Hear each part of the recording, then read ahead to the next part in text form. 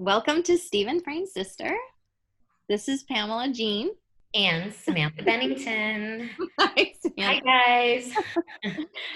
We are not in the same place today. We are both in LA, but in our prospective homes. So hopefully this recording goes well.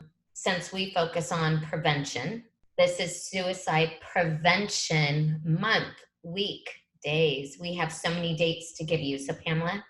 September is National Suicide Prevention Awareness Month. National Suicide Prevention Weeks goes from September 8th through the 14th, and World Suicide Prevention Day is September 10th. I love that there's now a prevention month. September holds a lot for me because it's my brother's birthday is in September. So for me, it's always a tough month. I find that it's really exciting to have something like this to kind of refocus that painful energy that I have about remembering him into something really positive. What was his birthday? His actual birthday was September 27th. Wow. And the D.D. Hirsch Foundation is actually doing a walk on September 28th. So I might go volunteer that day because I think that was over the weekend. And I think that would be a great thing for me to do. And I think one of the things we want to talk about today is if you want to help out a friend, how to be kind. There's a whole movement with Born This Way 21-day kindness challenge that is in conjunction with Lady Gaga about how you can be kind to others and the things that you can do for suicide. And I think one of the things that we also wanted to talk about was there's an article that we'll share with everyone. It's on Psychology Today, and it's making others feel good about themselves. And I know that's something that myself and Samantha, I don't want to take words out of your mouth, strive to do daily and with other people. And I think when we do that, we feel better about ourselves as well. And it's really kind of tools about really thinking about how you can make others feel better and how you can be a support system for others, and that helps heal you. And that actually sends out that ripple effect. You know, this is the way I live my life. It didn't take some tragedy in my life to live my life with kindness or open my home or share, whether it's with donations or whether it's giving somebody cash in need or whether it's feeding somebody. It's across the board. It's your time, it's your income, you know, that you can share your wealth. I come from a foundation of love.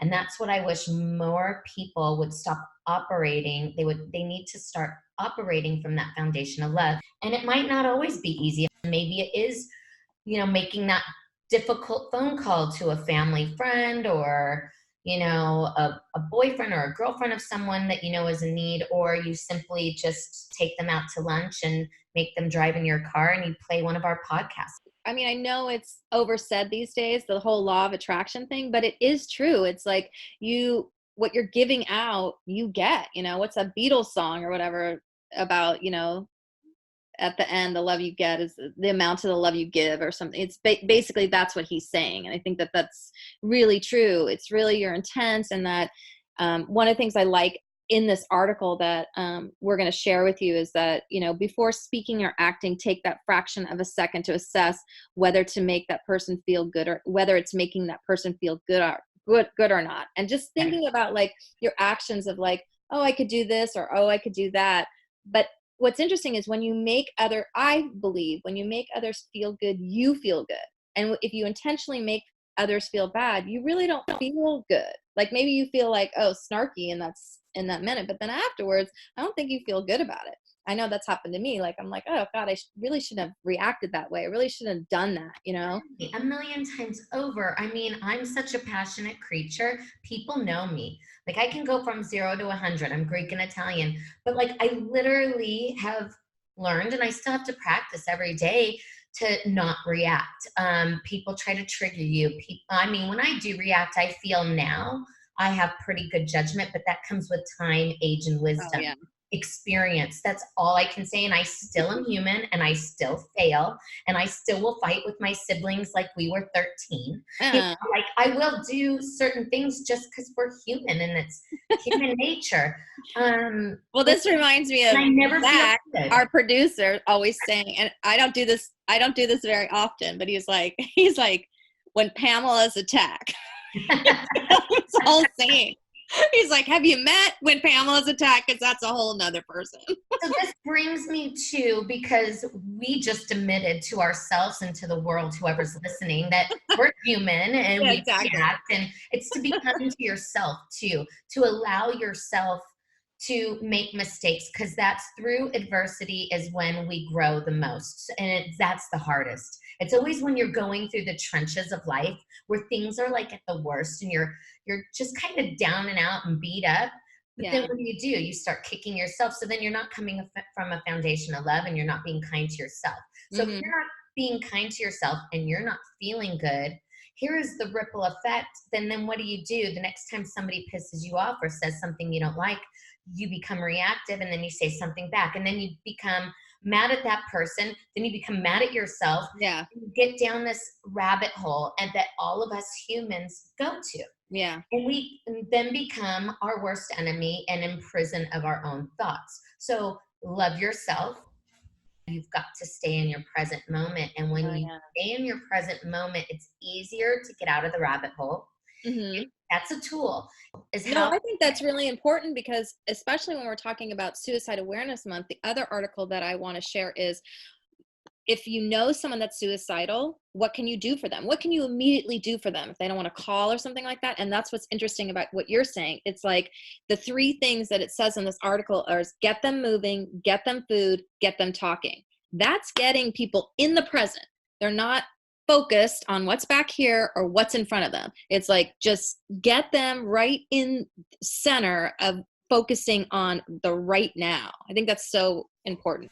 The way you perceive the world and the way you come at the world is really how your world becomes. You know what I mean? It's like you're experiencing, you're creating a lot of your own. You could be creating a lot of your own anger. You could be creating a lot of your own upsetness just by being upset, rather, just because of the way that you're coming at things. You know what I mean? And so I think if you come at things kindly, and you come at things of like, oh, that person's just having a bad day, instead of taking it on as like, oh, that person doesn't like me or whatever, it's like, that's that person's problem. What am I going to do about me? How am I going to focus on me feeling good? And I've seen it happen. You know, you can kill people with kindness. I've seen that happen, where it's like, look, I'm just going to be kind to this person, and if they continue to want to be miserable, that's their own deal. I don't have to deal with any of that. That's their own thing, you know? And if they're in your immediate space and you can't get resolution, you make change. You make choices to make change. You know, I know that you're going through that firsthand. You're not happy with the situation in your life, so you're making a major move and change. Why get stuck in a movie? That movie on that same reel playing over and over again. God, by the 5th time you've watched it, aren't you bored? Can't you recite it? I mean, don't you want something new? Don't you want something exciting? And the thing is, and then think about the change as excitement. I know that that's sometimes hard for me, is that because I think one of the things that's hard for both of us is we've had a lot of instability growing up in our lives, instability growing up in our life, you know, not having a total stable home and things always changing, and, you know, this family and that family and stuff like that. And I think that creates a lot of instability. And so when there's a lot of change, you kind of fear it. And what I've been doing lately, and definitely since we've done this podcast, is kind of embracing the change and being like, oh, let me get excited about this change. Let me not think of it as something scary. Let me kind of change the way I'm thinking about this, and being like, oh, this isn't scary. This is actually fun. This is actually what I want to do. I'm actually going to feel better, you know. I get so excited with change. I didn't care that the music industry was changing. I found it to be exciting. There was new ways to work. I learned more. I grew. Yeah. You know, there's so much excitement with that. So I'm at that place also in my life. I always look at change as an adventure. I don't know what's going to happen. It's so exciting. Can I taste it, touch it, feel? I have a very childlike demeanor about me. And I don't know if that's keeping me young or happy, but I do really strongly believe that perspective keeps me in a happier frame of mind because it's exciting. So it's funny. I can do that in work. Like I love it in work and I love it with my friends, like events and things like that. You and I are such like, we want to go out and do stuff. Those things are really great. But I think sometimes with my home life, it's like, I always want to just have something grounded at home and feel that stability where I have a safe place to fall. And you know what I mean? Like a just comforting blanket, that right. I always have. And I've always felt a little bit, like I don't have that, I'm getting better at feeling that. And then I'm also realizing through all of this stuff that we're learning, I was always looking for, because I didn't have that in my family, I was always looking for that family to bring it to me. And now I realize I have to bring it to me. It has to come from me. So exactly. yeah. And you've helped me a lot with that too. So I have. You're awesome. Thank you. Thanks, babe. You're awesome. You're so awesome. I want to share this part. I went to Greece and Paris recently, right? Mm-hmm. And in my trip, I was only 8 weeks out of major endometriosis surgery. So of course, here I think I can go across to Europe and walk up Santorini, giant steps, and walk all over Europe. And it was extremely challenging. There were moments I was walking and it was very hard on my frame of mind emotionally. And it was very hard on me physically, but I was so frustrated. And we went 7 people, flew out, but we had even more people in Greece. And one of my friends, Joey from South Bay, we've been friends for a long time and he's traveled with me a lot. And I would keep apologizing. I'm so sorry, you guys. Wait, I have to stop. Can we take a break? I gotta like, ooh, and I would like hold my belly for a minute or my side. And I was like, wow, that's painful.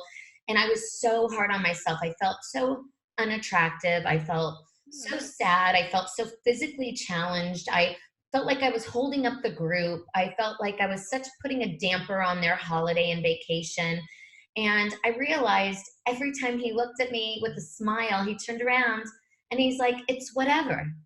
And I'm like, what? And he was like, why are you being so hard on yourself? You look fantastic. It's whatever. It's whatever. Like, never get mad. So now that's stuck with me.